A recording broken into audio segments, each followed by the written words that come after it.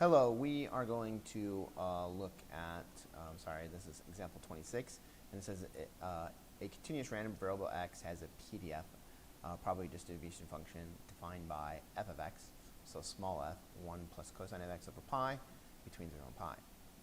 First it wants us to find an expression for the distribution function big F of x, so our cumulative distribution function of x, and then determine the exact probability between where our probability of our random variable x is between pi over 6 and pi over 2.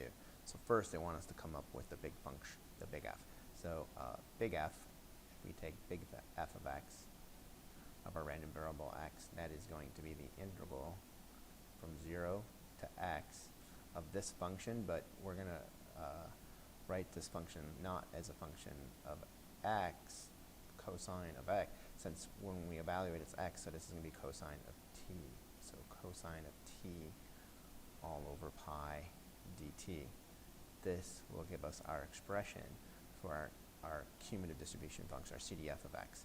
So find the antiderivative of this, and I'm going to have t plus the sine of t all over pi, and we need to evaluate that from 0 to x, right?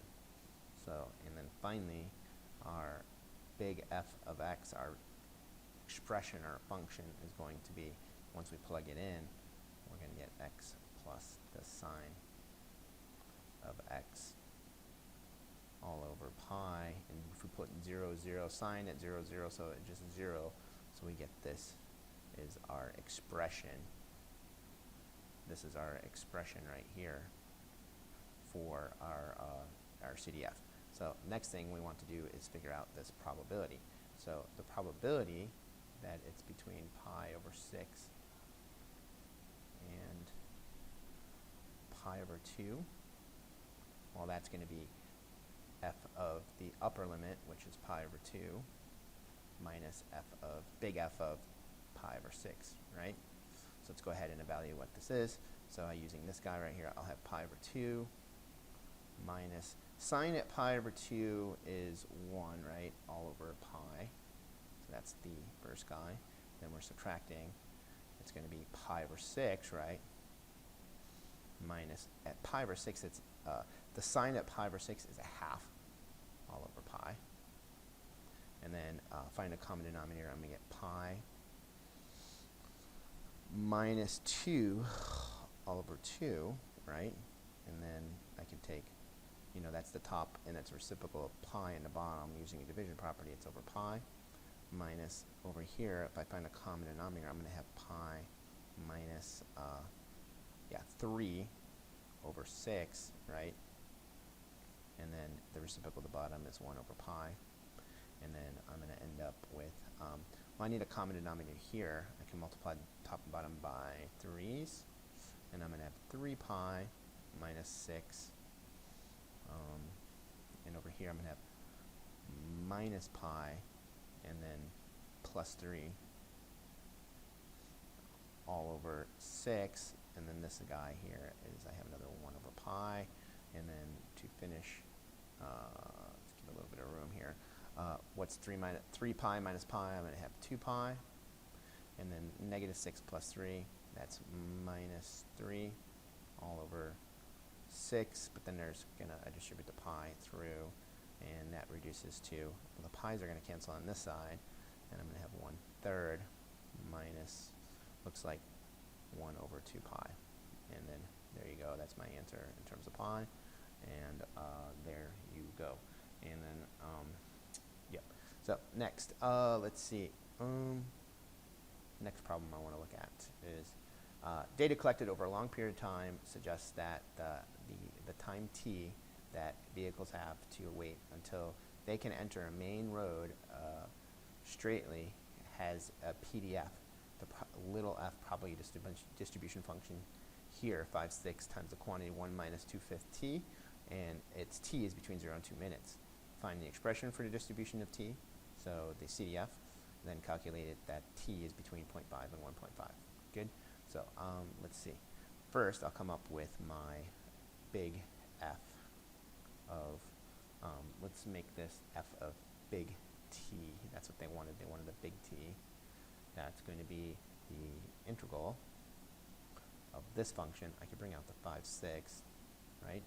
And this is going to go from 0 to little t as our time, and I'm going to leave this as not as a function of t, but as a function of x, some other variable other than I have here. So I'm going to say 1 minus 2/5 x dx. Good. And then I can, let's see, find the antiderivative. And then it's a function of x, so it's going to be x minus, well, if I take power 2, it's going to cross out the 2, so it's 1/5 x squared. And I'm going from 0 to t. And I can simplify this a little bit more if I distribute this 5 through. I'm still going to have the 1/6 out here. Then I'll have 5x minus x squared from 0 to t. And then I'll have 1/6.